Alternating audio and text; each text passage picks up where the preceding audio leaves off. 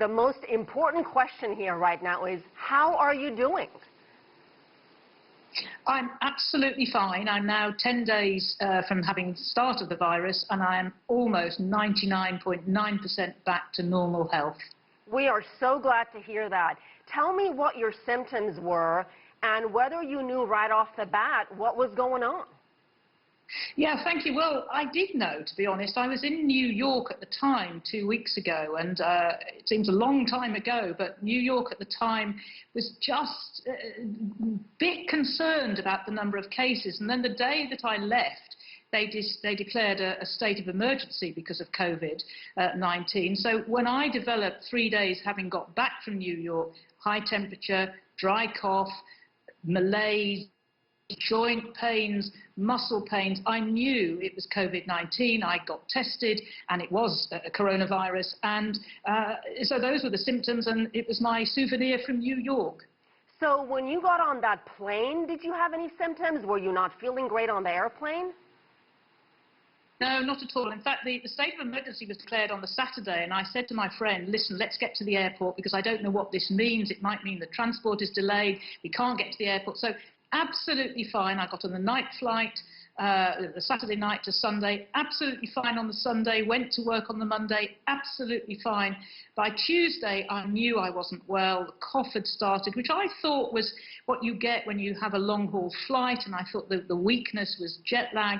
But the temperature of 40 degrees or 101, 102 Fahrenheit clearly isn't jet lag. So I knew by the Tuesday, which was 3 days having got back from New York, that that's what I'd got. It was pretty rampant around because I've since discovered in the hotel and at the conference, probably about 10 or 15 people have now tested positive for, or at least have symptoms, because I'm not sure America is testing as rapidly as other countries, but have got the symptoms of coronavirus. So it was clearly around. We know it was around because you don't declare a state of emergency just for fun.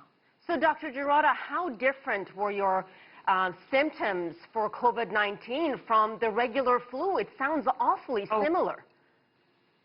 Much, much worse. I've had the flu, the regular flu, maybe 15 years ago. I took half a day off work. I felt rotten.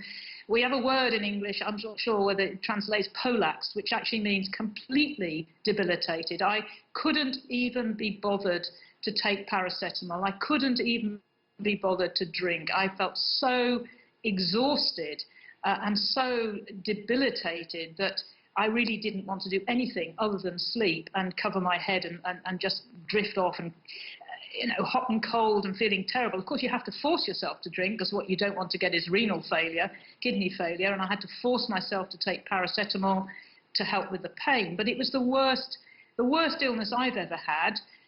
It's like a very bad dose of the flu. Wow. That's all I can describe it. I'm very rarely ill. I'm relatively. Dr. Gerada, I think we still have you. Your shot froze there for a minute. But can you tell us, because you are a physician, were you perhaps more confident, a little bit less afraid? I wasn't. I knew it was corona, even without the test. It couldn't be anything else. The flu window has disappeared in the UK. I don't know whether it has in China or America. I was frightened. I mean, it's frightening being ill. There's no two ways about it. You want somebody to help you, you want somebody to give you fluid, but my husband at the time had to self-isolate from me, so he came in wrapped up in a scarf to cover his face and could only just pass a few drinks to me. I wasn't frightened at any point that I would die, not a single moment. Now, you'll say, why? I just knew my body was fighting it. I knew I was getting an immune response. I knew that the temperature meant that, and I never for one moment thought I would die, but I felt miserable. I mean, you feel miserable with a high temperature. Of course. And how is your husband? Well, sadly, he hasn't got it, and he's quite disappointed at that. So we clearly did social distancing very, very well. He slept in a separate room, used separate cutlery and crockery and different bathroom. But it means he's not in the position that I'm in the position, which I can safely return to work on Monday, help my colleagues, help my patients. He still has this sword of Damocles hanging over him that he knows he's going to get it, but it's when he's going to get it. So he's absolutely 100% well. Well, we're so glad you're doing well. Best of luck to you and your Thank you family very as much. well.